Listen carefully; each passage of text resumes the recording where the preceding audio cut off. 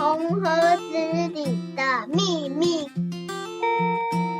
在森林里有一个超能力学校，不管是谁都必须两两一组，完成一项不可能的任务后，才能从学校毕业。今天轮到小熊抽任务签，所有人都在一旁观看，等待小熊抽签。小熊好紧张哦！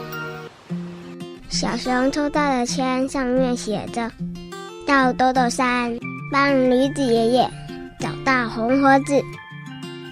斗斗山红盒子。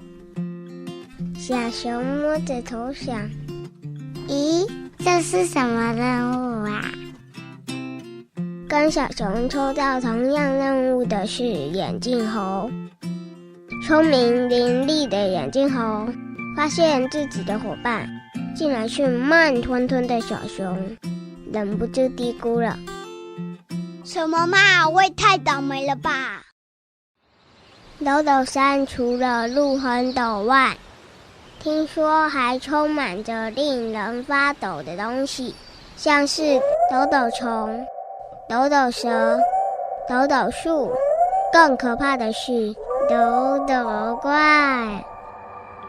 眼镜猴，你不怕吗？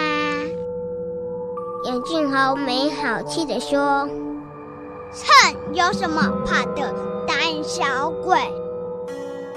为了早点完成任务，小熊和眼镜猴加快脚步。忽然，一条大蛇朝着他们吐舌头。眼镜猴大喊：小熊危险！小熊却自顾自地往前走。眼镜猴赶紧拉住小熊，手往上指。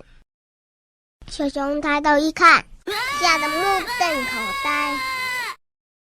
他摸摸耳朵，大叫：哎呀，我的助听器不见了！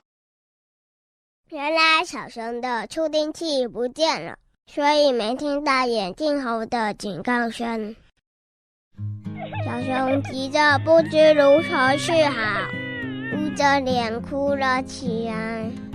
因为眼镜猴小时候也掉过眼镜，当时眼前一片模糊，什么都看不清楚，所以他很难体会小熊现在的心情。眼镜猴赶紧到处去询问森林里的动物们。叽叽叽，找到了，找到了！大家循着小鸟的叫声走到了小溪旁，果然看到助听器就在溪边的石头上，安安静静地躺着。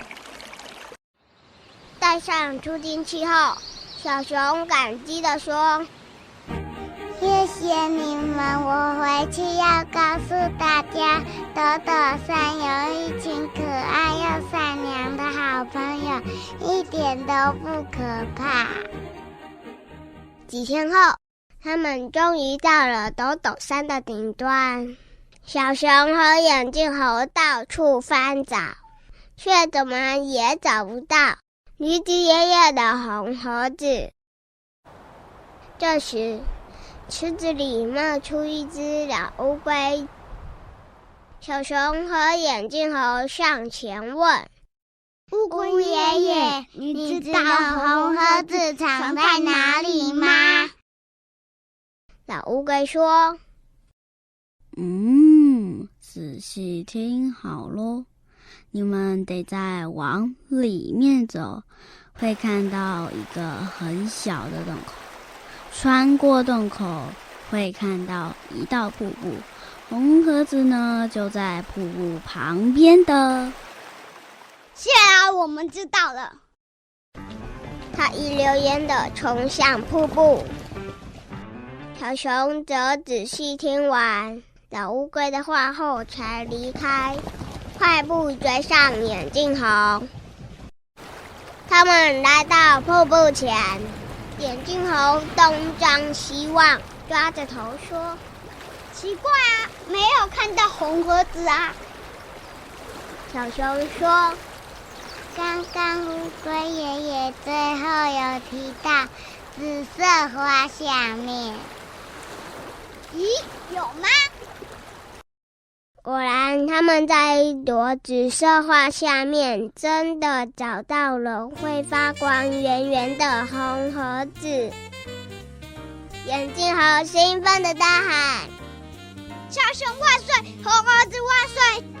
小熊，幸好你有仔细听完乌龟爷的话，不然我们可能100年也找不到红盒子。小熊赶紧说：“眼镜猴，要不是你一直帮着我，我才走不到这里呢。”眼镜猴和小熊回到了驴子爷爷家。驴子爷爷一拿到红盒子，就迫不及待地将它打开。盒子里缓缓传出了：“爷爷好帅，生日快乐！爸爸，我好爱你。老爸，这个就是你最爱吃的哦。老驴，你就是我最好的朋友啦！”听着这些声音，驴子爷爷一边呵呵笑，一边眼泪却不停地流下来。